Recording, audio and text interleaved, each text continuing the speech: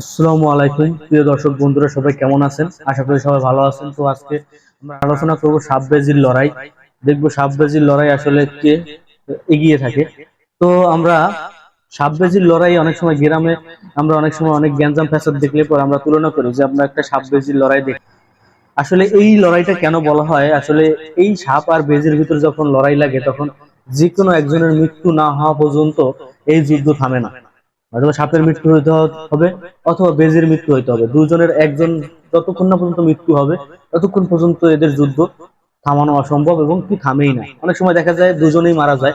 তো আমরা সাপ সম্পর্কে, রাসেলস ভাইবার সম্পর্কে আমরা একটা ভিডিওতে জেনেছিলাম।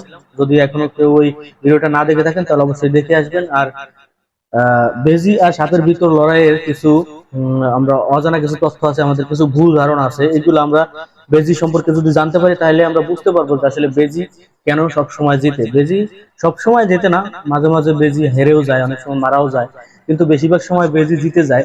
আসলে এই বেজি জেতে কি কারণে জেতে, এটা আমাদের কিছু ভুল ধারণা। কারণ আমরা গ্রাম বাংলায় আগে যখন সাপুরিয়াদের খেলা দেখতাম তখন তারা আমাদেরকে বিভিন্ন গাছ গাছরা দেখাইয়া অনেক কিছু আমাদের ভুল ভ্রান্তি মাথার ভিতর ঢুকাইতো। তো এই কারণে আমাদের কিছু দ্বিধাদ্বন্দ্ব আছে। তো আমরা এগুলো যদি মোটামুটি বেজির সম্পর্কে যদি খুব ভালোভাবে জানতে পারি খুঁটিনাটি বিষয়, তাহলে আমরা বুঝতে পারবো আসলে বেজি কেন জিততে যেতে এবং বেজির কোনো গাছ গাছরা এবং কোনো আধ্যাত্মিক কোনো শক্তি নাই, কি কারণে ওরা জিততে পারে, এটা আমরা জানতে পারবো। তো যারা এখন আমার চ্যানেলটাকে সাবস্ক্রাইব করে নাই অবশ্যই আমার চ্যানেলটাকে সাবস্ক্রাইব করে দিবেন, আর যারা ফেসবুকে দেখতেছেন অবশ্যই পেজটাকে ফলো দিয়ে রাখবেন। তো চলে যাব মূল ঘটনায়, যেখানে আসলে বেজি সবসময় যেতে প্রধান কারণ হচ্ছে বেজির শরীরে কিছু প্রোটিন আছে, যেরকম গ্লাইকোপ্রোটিন। এই গ্লাইকোপ্রোটিন এমন একটা প্রোটিন আল্লাহ তাআলা ওদের শরীরে দিয়ে দিয়েছে। সাপের সামান্যতম বিষে কিছু বিষ যদি সাপ প্রয়োগও করে তো ওই বিষে আসলে ওদের কিছু হয় না, কারণ ওদের শরীরে যে গ্লাইকোপ্রোটিন আছে ওই প্রোটিনটা বিষে কিছুই করতে পারে না। তো যদি পর্যাপ্ত পরিমাণে সাপ বিষ দিতে পারে তাইলে সাপ বেজিকে মারতে পারে। তো অনেক সময় দেখবেন বেজি মারা যায়, তখনই বেজিটা মারা যায় যখন সাপ সঠিকভাবে এবং পরিপূর্ণভাবে বেজিকে বিষ প্রদান করতে পারে। আর সাপ বিষ প্রদান করতে পারে না, এর প্রধান কারণ হচ্ছে বেজি দেখবেন উপরে পিচ্ছিল ঘন লোম থাকে। এই লোমের কারণে সাপ সহজেই দাঁত বসাইতে পারে না, আর দাঁত যতক্ষণ না ভালোভাবে বসাইতে পারবে ততক্ষণ ভাবে কিন্তু সাপ বিষও দিতে পারবে না। তো আরো কারণ আছে, যেরকম বেজি যখন সাপকে উত্তক্ত করে দেখবেন বেজি প্রচুর পরিমাণে লাফালাফি করে। বেজিকে যখন সাপে ছবল মারতে যায় তখন দেখবেন ও পাশ কাটিয়ে অন্য জায়গায় চলে যায়।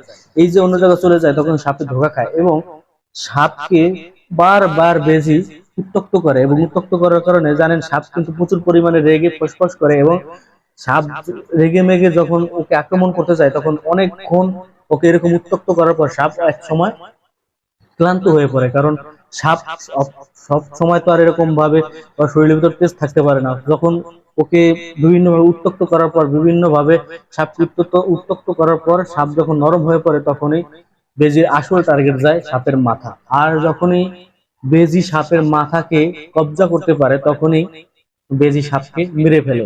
এখন অনেকে ভাবতে পারেন যে ভাই সাপ তো বিষাক্ত, কিন্তু বেজি যখন সাপকে খায় তখন তো বেজির মৃত্যু হওয়ার কথা।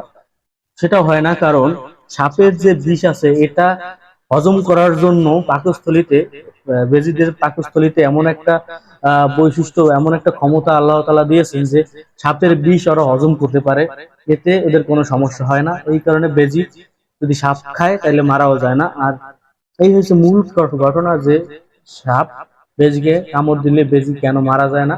এই যে গাছ গাছরা আমরা অনেক সময় শুনেছি, বিভিন্ন সাপুরের কাছ থেকে জেনেছি যে আহ, গাছ এনে বেজির কাছে গোপন গাছ থাকে, ওই গাছের মাধ্যমে আসলে সাপকে মারে। এটা একদমই ভুল ধারণা, এটা একদমই সম্পূর্ণ মিথ্যা কথা। আমরা আগে ছোটবেলা আমরা এটাই জানতাম, কিন্তু আমরা যখন এটা ভালোভাবে রিসার্চ করলাম জানতে পারলাম এবং আরো ভালোভাবে অনেক মানুষের কাছে শুনলাম তখন স্পষ্ট হলাম যে না, আসলেই কোনো গাছ থাকে না। ওরা শুধুমাত্র ওদের শরীরে গ্লাইকোপ্রোটিনের কারণে সামান্য বিশে কাজ হয় না, আর মূলত ওরা টার্গেট করে সাপকে কিভাবে উত্তপ্ত করে দুর্বল করা যায়। এই ছিল আজকের ঘটনাটা, বুঝতেই পারতেছেন তাইলে সাপ আর বেজিতে কেন বেজি জিতে যায়। আসলে বেজির কিছু গুণাগুণের কারণে বেজি জিতে যায়। আর অবশ্যই আমরা বেজিকে নির্মূল প্রায় বেজি দেখাই যায় না। আর বেজি না দেখার কারণে কিন্তু এই রাসেলস ভাইপার সাপ বলেন, বিভিন্ন ধরনের বিষাক্ত সাপ বলেন, এগুলো কিন্তু আনাগোনা বেশি দেখা যাচ্ছে। যদিও বেজি কিন্তু মানুষের উপকারী প্রাণী, কিন্তু অনেক সময় দেখা যায় যে মানুষের হাঁস মুরগির বাচ্চা খেয়ে ফেলে, কিন্তু তারপর থেকেও কিন্তু বেজি একদম উপকারী প্রাণী। আপনার মাঠ ঘাট ফসলের বিভিন্ন পোকামাকড় খেয়ে, এমনকি সাপ খেয়ে হত্যা করে। সাপ খেয়ে আমাদেরকে কিন্তু বিভিন্ন সেফ রাখে।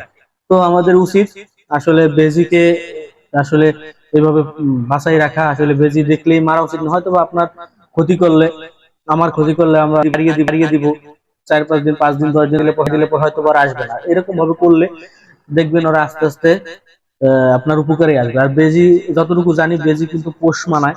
অনেকের পশু মানাইছে, আমি জানি, দেখেছি এবং শুনেছি যে বেজি সহজে মানুষের পোষও মানে। তো যদি একটা বেজি আপনি পোষ মানে রাখতে পারেন, তাহলে কিন্তু আপনার জন্যই ভালো। যাই হোক, এদিকে আর গেলাম না। তো বুঝতেই পারতেছেন সাপ বেজির লড়াইয়ে বেজি কেন জিতে, আমাদের যে ভুল ধারণাটা ছিল সেটা আমরা ভাঙতে পারছি অবশ্যই। তো সবাই ভালো থাকবেন, সুস্থ থাকবেন।